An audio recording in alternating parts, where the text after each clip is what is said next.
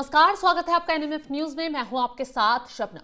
हमें बचा लो, हमारे लिए बॉर्डर खोल दो, ये गुहार है बांग्लादेशी हिंदुओं की। मोदी सरकार से बांग्लादेशी हिंदू चीख चीख कर गुहार लगा रहे हैं कि बांग्लादेश में हमारे साथ अत्याचार हो रहा है। कट्टरपंथी लगातार अपना प्रदर्शन उग्र कर रहे हैं और सिर्फ निशाना हिंदुओं को बना रहे हैं। हिंदू बहन बेटियों को न सिर्फ यहां पर अत्याचार उनके साथ किया जा रहा है, बल्कि उनके घर से युवाओं को उठाकर ले जाया जा रहा है। फिर देखा आपने कि कैसे कुछ हिंदुओं के साथ अब तक मॉब लिंचिंग की घटनाएं सामने आ चुकी हैं और उसके बाद और भी हिंदू निशाने पर हैं। यही वजह है कि बांग्लादेश में जो हिंदू समुदाय है उनमें इस कदर खौफ भर गया है कि वो लगातार चीख चिल्लाकर प्रधानमंत्री मोदी से, भारत की सरकार से गुहार लगा रहे हैं कि किसी तरह हमें यहां से बचा लीजिए, हमारे लिए बॉर्डर खोल दीजिए, हमें भारत में शरण दे दीजिए। अब फिर से हिंदुओं ने गुहार लगाते हुए क्या कुछ कहा है, चलिए ग्राफिक्स के जरिए आपको डिटेल से बता देते हैं।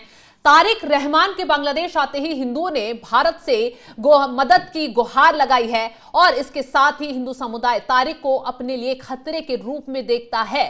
तारिक जिया खालिदा के बेटे हैं और वो लंदन से वापस बांग्लादेश पहुंच चुके हैं। तारिक रहमान को कट्टरपंथी रुख के लिए जाना जाता है। आपको बता दें कि उसी वजह से हिंदुओं के अंदर और ज्यादा खौफ भर गया है।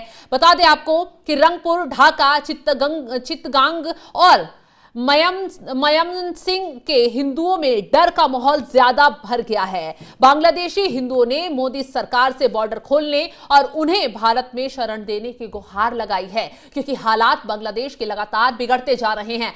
सभी को यह डर है कि अब जो है यूनुस अगर सत्ता से भागते हैं, बांग्लादेश छोड़कर भागते हैं, तो फिर से एक कट्टरपंथी का राज यहां पर हो जाएगा। जिस तरीके से तारिक अनवर एक्टिव नजर आ रहे हैं, यूनुस से फोन पर बातचीत की है, तमाम नेताओं को का साथ उन्हें मिल रहा है और जिस तरीके से उनकी पार्टी एक्टिव बांग्लादेश में हो गई है, चुनाव भी जल्द होने वाले हैं, उससे पहले जो हिंसा भड़काई गई है और जो माहौल अब बन रहा है, उससे हिंदुओं में इतना ज्यादा खौफ भर गया है कि आने वाला वक्त उन पर और भारी पड़ता नजर आ रहा है। आपको बता दें, यूनुस कहा जा रहा है कि सत्ता छोड़कर कभी भी भाग सकते हैं, क्योंकि यह हिंसा उनके जरिए ही भड़काई गई थी। क्योंकि यूनुस नहीं चाहते कि सत्ता से कोई उन्हें भगाए या फिर यहां चुनाव हो। अगर चुनाव होते हैं तो जाहिर सी बात है, यूनुस ने जिस तरीके से सत्ता को संभाला, कोई भी उन्हें पसंद नहीं कर रहा है। यूनुस ने साजिशन ये हिंसा भड़कवाई, हादी की हत्या करवाई और उसके बाद उन्हें लगा कि अगर इस तरह बवाल चलता रहा तो फरवरी में जो चुनाव होने वाले हैं वो टल जाएंगे। अब ऐसे में तारिक अनवर भी यहां पर आ जाते हैं और उसके बाद ये कयास लगाए जा रहे हैं कि यूनुस यहां की सत्ता से खदेड़े जा सकते हैं या फिर वो देश छोड़कर भाग सकते हैं और उसके बाद जो सत्ता संभाल सकते हैं वो है तारिक रहमान। अब ऐसे में माहौल हिंदुओं के बीच और ज्यादा खौफ का भर गया है कि कट्टरपंथी लगातार उन पर बवाल तो कर रहे हैं, लेकिन अब तारिक रहमान इन कट्टरपंथियों को और समर्थन देने के लिए यहां की धरती पर उतर आए हैं। अब क्या कुछ कहना है वहां के हिंदुओं का, क्या कुछ गुहार लगा रहे हैं, चलिए वो भी बता देते हैं। बता दें आपको, बांग्लादेशी हिंदुओं का बयान सामने आया। उन्होंने कहा है, हम रोज अपने धर्म को लेकर अपमान सहते हैं लेकिन विरोध नहीं कर सकते। सड़क पर मिलने वाले ताने कभी भी हमारे लिए भीड़ की हिंसा में बदल सकते हैं। हमें डर है कि कहीं हमारा अंजाम दीपू और अमृत जैसा ना हो जाए। उन्हें डर है। आपने देखा होगा किस तरीके से दीपू चंद्रदास की हत्या की गई। हम फंसे हुए हैं और हमारे पास जाने के लिए कोई जगह नहीं है, बचने के लिए कोई जगह नहीं है, हमें यहां से बचा लिया जाए।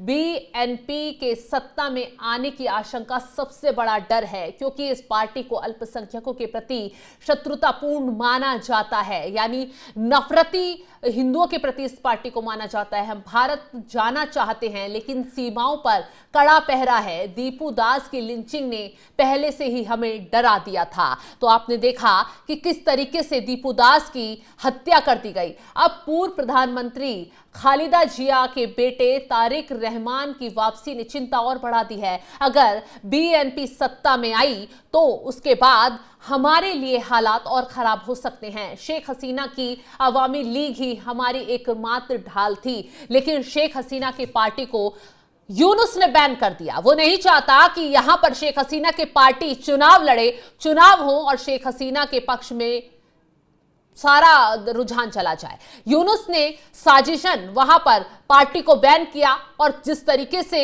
शेख हसीना हिंदुओं के लिए आवाज उठा रही हैं भारत में रहकर, जिस तरीके से ये कह रही हैं कि बांग्लादेश में हिंदुओं को निशाना बनाया जा रहा है, उन्हें जलाया जा रहा है, उनके साथ जो अत्याचार हो रहा है वो पूरी तरह से गलत है और इसके पीछे सिर्फ और सिर्फ मोहम्मद यूनुस ही आरोपी है।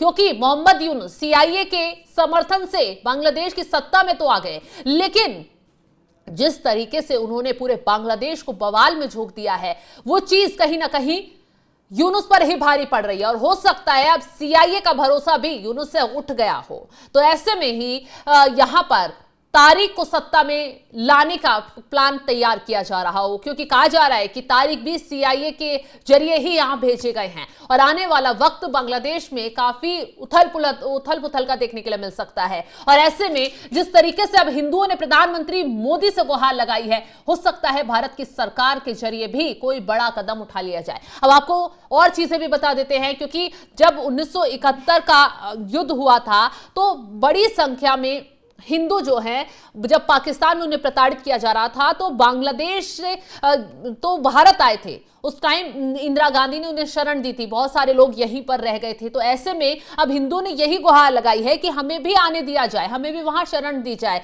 और साफ साफ कहा है कि हम रोज अपने धर्म को लेकर अपमान सहते हैं, डर लगता है कि कब हमें यहां निशाना बना लिया जाएगा। आपको बता दें कि बांग्लादेश के हिंदुओं की यह पीड़ा भारत के महाराष्ट्र और छत्तीसगढ़ तक महसूस की जा रही है। महाराष्ट्र के गढ़चिरौली और चंद्रपुर और छत्तीसगढ़ के पंखाजूर जैसे इलाके में पूर्वी पाकिस्तान जो अब बांग्लादेश से आए हिंदू शरणार्थी बसे हुए हैं।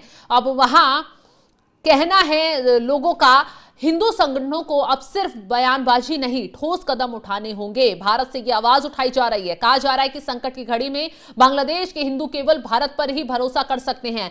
लोग मारे जा रहे हैं लेकिन सीमाएं बंद हैं, हम सीमा पर विरोध प्रदर्शन की योजना बना रहे हैं, ये कहना है सनातन जागरण मंच के कार्यकर्ताओं का। क्योंकि बांग्लादेश में कहा जा रहा है कि करीब 2.5 करोड़ हिंदू रहते हैं, ये कोई छोटी मोटी आबादी नहीं है, लेकिन साजिशन हर बार बांग्लादेश में इन्हें निशाना बनाया जाता है। क्योंकि कट्टरपंथियों का राज इतना ज्यादा बांग्लादेश में बढ़ गया है कि तबाही इन अल्पसंख्यकों को झेलनी पड़ रही है। आपको बता दें, बांग्लादेश में ये हालात तभी से हुए हैं जब से पाकिस्तान का हस्तक्षेप बांग्लादेश में ज्यादा बढ़ा है। आपने देखा होगा कि पाकिस्तान के जनरल, तमाम नेता अभी हाल फिलहाल में पाकिस्तान के जनरल और तमाम नेता बांग्लादेश के दौरे पर पहुंचे, वहां जाकर यूनुस से मुलाकात की। यूनुस ने बाकायदा भारत को निशाना बनाते हुए 7 सिस्टर वाला जो नक्शा था अपने इलाके में दिखाते हुए पाकिस्तानी सैनिकों को सौंप दिया। लेकिन यूनुस भूल गया था कि भारत पर आंख उठाना बहुत खतरनाक उसे भुगतने को मिल सकता है। ऐसे में साजिशन जैसे ही पाकिस्तान की एक्टिविटी बांग्लादेश में बढ़ी,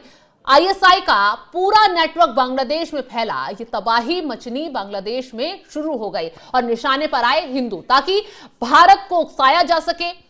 भारत अगर यहां कोई हमला बांग्लादेश पर बोल देता है तो ऐसे में बांग्लादेश जो है वो अपने कट्टरपंथियों के जरिए भारत के खिलाफ कोई साजिश रचेगा और इसी साजिश को कुचलने की प्लानिंग भारत ने पूरी तरह कर रखी है, जिसका अंजाम आने वाले वक्त में हो सकता है बांग्लादेश को भुगतने को मिल जाए और मोदी सरकार इन हिंदुओं के लिए कोई मदद कर पाए। फिलहाल इस खबर को लेकर आप क्या कुछ राय रखते हैं, कमेंट बॉक्स में जरूर बताइएगा और तमाम बड़ी खबरों की अपडेट के लिए आप हमारे साथ जुड़े रहें। नमस्कार।